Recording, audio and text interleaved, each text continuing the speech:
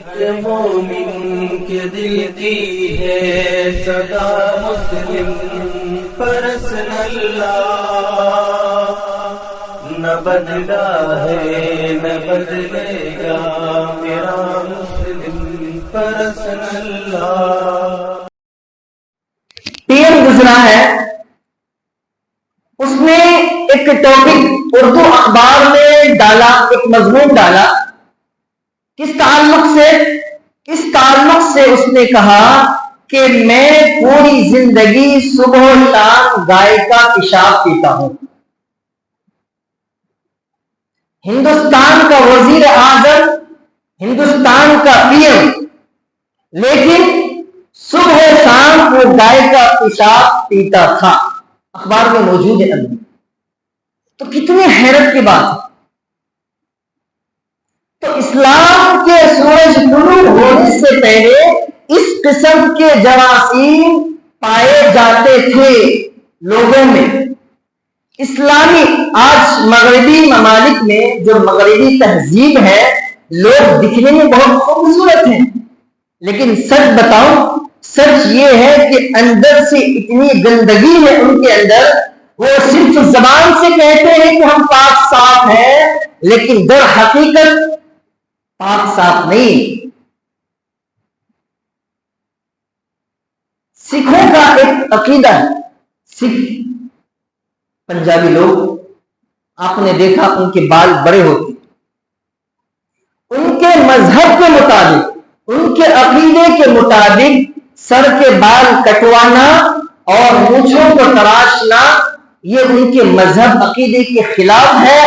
اگر کوئی اپنے سر کے بال کٹواتا ہے یا مونچھ تراشتا ہے یا ناک کے بال تراشتا ہے تو وہ اپنے مذہب سے خارج ہو جائے، نکل جائے۔ سکھوں کا ایک عقیدہ ہے مذہبی۔ تو کتنی حیرت کی بات ہے، گندگیوں سے کتنی لگاؤ ہے، جبکہ ہمارے مونچھوں کے اندر اتنے خطرناک قسم کے جراثیم اور گندگی پائے جاتے ہیں۔ کتابوں میں یہ بھی لکھا ہے کہ جس کے مونچھ لمبے ہو جائے اور وہ پانی پیے تو اس کا پانی پینا حرام ہو جائے گا۔ اور حرام کیوں ہے؟